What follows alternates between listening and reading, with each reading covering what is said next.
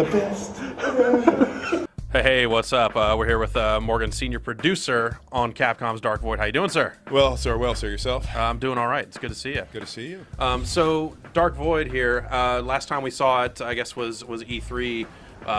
What's happened since then? What hasn't happened? So we've been working really hard. Since E3, some of the big changes that are making their way into the game is we're getting the gameplay a lot more seamless. Mm-hmm. We showed off something that was more like a gameplay proof of concept. Here you're on the ground, here you're doing vertical, here you're flying.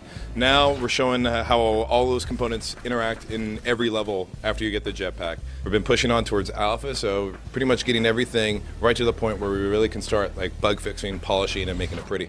Cool. All right. Well, let's back up a little bit and talk a little bit about Will, the game's protagonist. I mean, what's his story? Like, how much of a role does he play? Is he just kind of the man behind the mask, or is he like out in the open, a full-on character? So yeah, our hapless pilot Will takes that detour through the Bermuda Triangle, unknown to him, that ends up dropping him into the void. When he gets there, he really has got nothing. He's got a broken plane, he's got no helmet, no jetpack, no gun, and you actually start, that's your first gameplay experience. Like, you start as Will, trying to figure out what's what.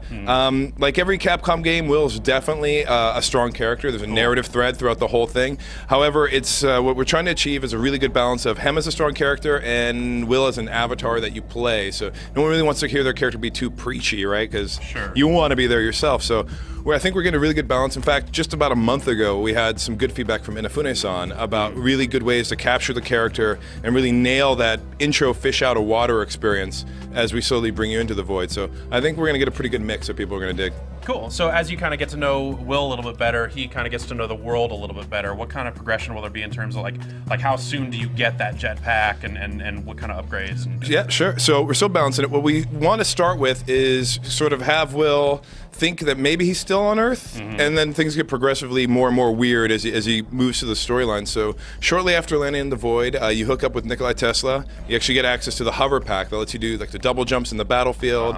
It allows you to do vertical up. You roll with that for a little bit until ultimately you strap on the jetpack. Now, no one else in the void was crazy enough to strap on the jetpack until Will came around. So it's sort of like a first for everyone. Even Tesla doesn't know what's going to happen when it goes down. So it's kind of a cool moment. It's hard to say when we give you the jetpack because we're still balancing the experience, but basically, you know, within the first hour or two, you are super jetpack hero, and then that doesn't stop until the end of the game. You basically just embrace that. You're flying, you're punking people in the face, and it's sort of balls to the wall adventure.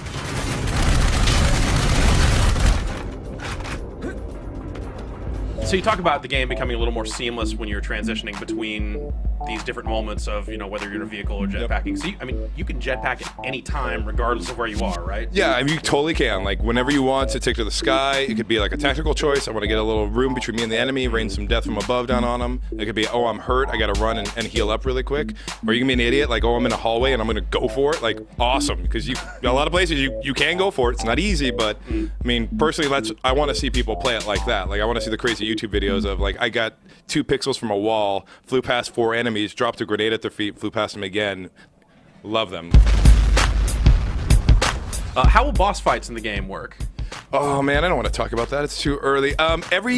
Every big interaction, to be a little generic because we're not talking about too much, every big interaction, whether it's bosses or a big environmental piece or whatever, is a combination between what I call pure gameplay, which is like AI working, complete player freedom, complete player control, and then QuickTime events. But what we're trying to do with our QuickTime events is not just have it be, here, play this sequence of buttons. We're trying to get a little boost of gameplay even into those events as well. And so every big fight is some mixture of those elements to different degrees. So it seems sort of like, I mean, when you talk about kind of putting some gameplay into those moments, it's almost like when you're jacking the UFOs, it's like there's a little bit of gameplay of kind of moving around and trying not to get shot while you're Exactly. A button connects you onto the UFO, and then there's a little mini game of cat and mouse with the pilot. You're trying to draw his fire, he commits, you flip around, then you hit another button. So just that, you know, that what we never want to do is have the player just sit like he's watching, right? Like that's what movies are for, right? You know, and that's what a cutscene's for. So even in our quick times, we're trying to get just a little bit of player impulse and a little bit of figuring out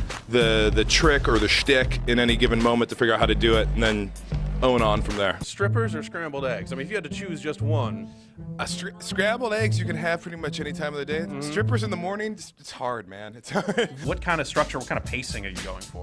That's the level, flow, and pacing is one of the biggest challenges we're facing. Because really, like, there's few games that have had this sort of player freedom mechanic in it. At any point, you can take to the sky. Basically, what we've decided on is we are making a gumbo of different design elements, and we're basically picking how to construct the level layout from whatever's fictionally, thematically correct. So certain levels are very much, here's open with floating things and you can fly and land. Some are very much, here is a more linear path that suggests itself. But basically what we're trying to do is to design the level such that we have a mixture of these different elements, and that they're not just coming one after another, and that the level may morph. Like, so imagine like the level that this is playing behind me, where we have this, big shield. We're trying to drop shield generators to get in. We have to fight an Archon. Like in the game proper, here's a big fat exclusive spoiler for Giant Bomb. In the game proper, after the shield drops, you actually open up access to basically like an Watcher port. You actually get into a series of tubing. So what looks to be a level that's all about this open air instantly turns into straight, Return of the Jedi chasm, trying to fly through this tubing to get inside an alien base. Wow. And so we mix and matching throughout a single level is sort of our goal, so it doesn't get really stayed or tired. Wow. That sounds pretty cool. Yeah, fat spoiler. You have, guns on Will's jetpack now. That I don't think that was in back at E3. Brand new, yeah. What sort of stuff is Will going to be packing? What kind of guns is he going to be messing with? So between we call them survivors. It's the humans that have been trapped in the void. They're more mundane weaponry, like submachine guns, rifles, like boring. To exotic Watcher weapons, the alien technology, so like the disintegrator gun, their high-powered machine gun, some of their equipment. And then Will's big buddy in the void is Nikola Tesla. He's the guy who's built the pack. Nikola Tesla. The one. Of Red Alert fame. Or David Bowie, if Yes. you like movies. If only Bowie would do another game. I think it was Omicron. I don't know. Yeah. Yes, Omicron. He's done since then. If you did Omicron, you'd be done too. Now, how will you get access to it? It'll be something like, Tesla will just like boost up alongside and you go, dude, made this gun, or is it gonna be like a currency where you're buying weapons? So when you get Dark Void and you buy it, the first weapon you get is a submachine gun. Every other weapon is $5.99 as DLC. Great. You buy it, and no, it's totally a joke.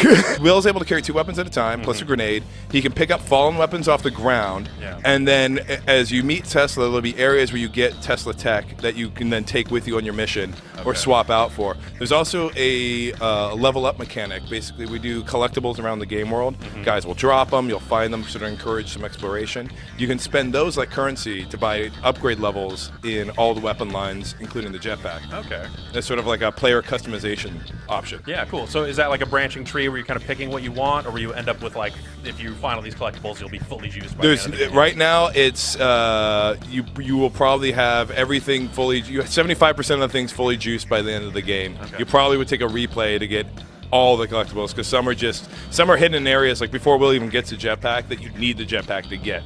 To go back, but pretty much you'll have enough to make all your favorites awesome, and then the 2 or 3 weapons you hate. So you're saying that if you get a clear save, you can start over from the beginning of the game with a jetpack? Wow, that sounded like another spoiler that I didn't say.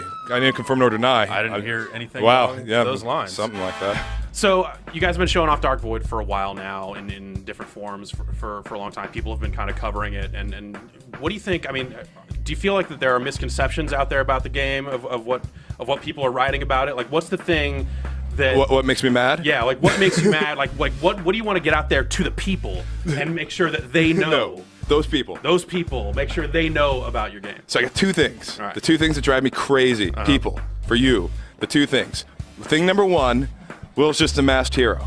No, if you fly like 300 miles per hour with nothing on your face, like you need a little mask. In fact, when you start the game, Will, no helmet. No helmet. Joy the face. He's a dude. He's a dude. The helmet actually does some sort of Stargatey thing. He's just a dude. He's got a character. He's got a motivation. He's not a faceless hero.